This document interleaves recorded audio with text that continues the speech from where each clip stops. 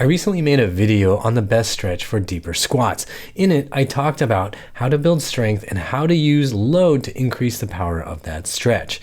Today, I'm going to expand on those ideas and show you 2 more simple ways to supercharge your deep squats. The last one is a method to safely load your squats so you can get deeper and stronger in ways you normally can't do with just barbells or dumbbells. So if you're ready, let's get ready to think right, move right, and feel right. Method 1 to getting a deeper squat is to load and lift. This is what I touched on in the squat stretch video. Get into a pigeon stretch position, whatever feels comfortable with your knee and your elevation angle is fine. Make sure you feel the stretch, then start to remove the assist that you're getting from your hands. Hold that position, feeling the muscles work as long as you safely can. This is an isometric hold that is going to make those stretched muscles stronger. Do this for 30 to 60 seconds, cumulative for 2 or 3 rounds. That means you can do these for 5-second holds, rest, 5-second hold, rest for about 30 to 60 seconds, or you can do this for 1 long hold for 30 to 60 seconds. If you feel like this is really easy, then you can feel free to increase the intensity, go deeper, or hold longer. Make sure you explore different angles as well. To add lifting to the stretch, you're going to move dynamically through the range of motion. You want to focus on using your glutes to control the motion, not using your back muscles to work your way up. Focus on feeling the glutes firing to control your way down and up. Method 2 is to progressively load a regressed squat. I know that sounds a little bit confusing, so let me explain. Get on the floor on your hands and knees, or you can go down to your forearms. Put a band or attach a cable around the very topmost portion of your thighs right near your hips. The band or cable is now pulling you back towards your heels, creating a squat motion, but with a more manageable load and in a way that you can control a lot better. Focus on maintaining a neutral spine as you get pulled towards your heels. The trick here is to start light with the resistance and be strict. Your body will want to cheat by tucking the tailbone, rounding the spine, or rotating the femurs. Pay attention and do not allow cheats. Once you have a feel for the setup, you can add more load. If you're using a resistance band, then you can move further from the anchor point and you'll feel more resistance, or you can add more bands.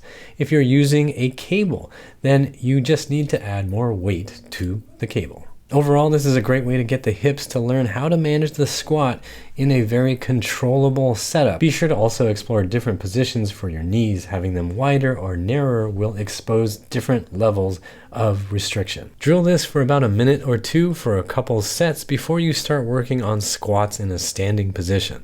It will help you groove in a better squat pattern so you can carry it over once you're vertical. And before I get to the third method for improving your deep squat, if you're enjoying this video and you appreciate the fact that I don't put in commercials for VPNs, website builders, or supplements, then please consider supporting this channel by going to uprighthealth.com/donate for all the simple, easy options, or click the join button on YouTube.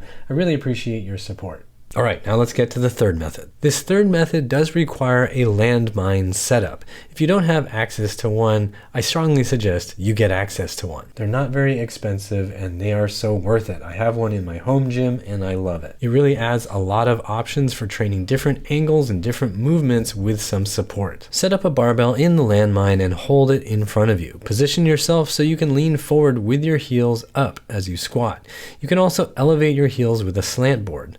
The goal is to be leaning a little forward or a lot forward as you squat as deep as possible. Make sure it's challenging but still feels safe. You don't want to blow through anything that feels painful or feels like it's going to explode. Do not push through pain. This can be really challenging on your knees depending on how far forward you're leaning, so please be careful. When you practice squats normally, you tend to shift your weight forward or back to avoid some of your body's stiffer, weaker areas. Using the landmine helps you load the quads and teaches a more athletically useful pattern that keeps you from falling on your butt or getting off balance every time you squat. Don't rush your repetitions. Make sure you go slow. Do isometric holds in areas where you feel weak and wobbly. You'll get lower over time as you get stronger. Doing this for 2 to 4 sets is a great addition to your leg day. And another little bonus with the landmine is you can use this same setup to train your calves and the whole kinetic chain from your hips down to your feet.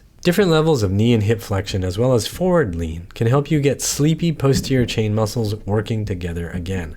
I personally love doing training for my calves, knees, and hips with the landmine because it really helps me dial in specific positions that my muscles struggle in. Let me know how these strategies work for you, and if you have other strategies to share, please drop them in the comment section down below. And if you haven't already, you should also watch this video on the #1 stretch for a deeper squat, and YouTube thinks this video is going to be uniquely useful for you.